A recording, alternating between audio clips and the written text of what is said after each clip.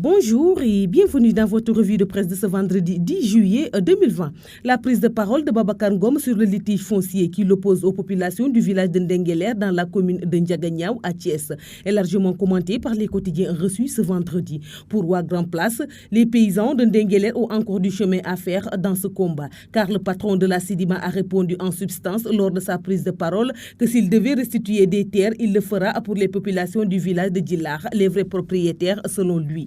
Le Témoin quotidien note que Babacar Ngom rétablit la vérité dans l'affaire des terres spoliées de Ndengueler.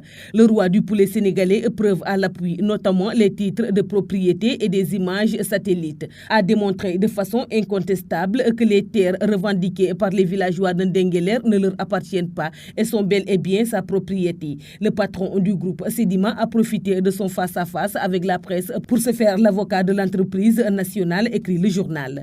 Les vérités de Babacar Ngom, à titre enquête qui écrit « La question de fond reste sans réponse. Est-ce que les paysans de Ndengueler cultivaient sur les terres litigieuses avant l'arrivée de Sedima ?»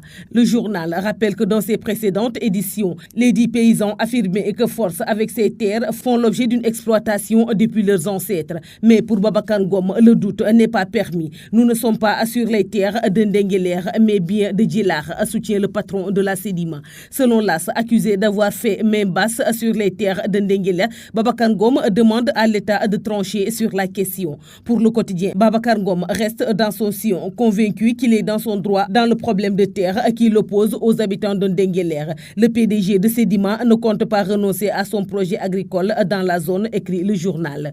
Un show pour ne rien dire, selon Libération qui estime que Babacar Ngom a presque passé tout le temps de sa prise de parole à faire sa promotion et celle de son entreprise. Dans tous les cas, sa sortie est très loin de ce qui était attendu par les émissaires qui se tuent dans cette affaire. Pour le journal, Babacar Ngom a du mérite. Son parcours est cité en exemple, mais il gagnerait à laisser aux paysans de Ndengueler leur terre à l'origine de la polémique, même s'il a le droit et la légitimité avec lui, comme il le répète. Selon l'Observateur, c'est un véritable one-man show auquel s'est livré le PDG de Sedima. Babacar Ngom, en conflit avec les populations de Ndengueler, ne compte pas restituer les terres aux paysans. Le quotidien Source A, enfin, qui a dépêché un journaliste en Ndengueler, parle de tensions entre les familles propriétaires des terres et l'homme d'affaires. Selon le journal, ces familles sont décidées aujourd'hui plus qu'hier à protéger leurs terres. Elles déclarent à qui veut l'entendre qu'elles vont se battre jusqu'à leur dernière énergie pour défendre ce que leurs ancêtres leur ont laissé. C'est tout pour votre revue de presse de ce jour. Merci de nous avoir écoutés. Au revoir.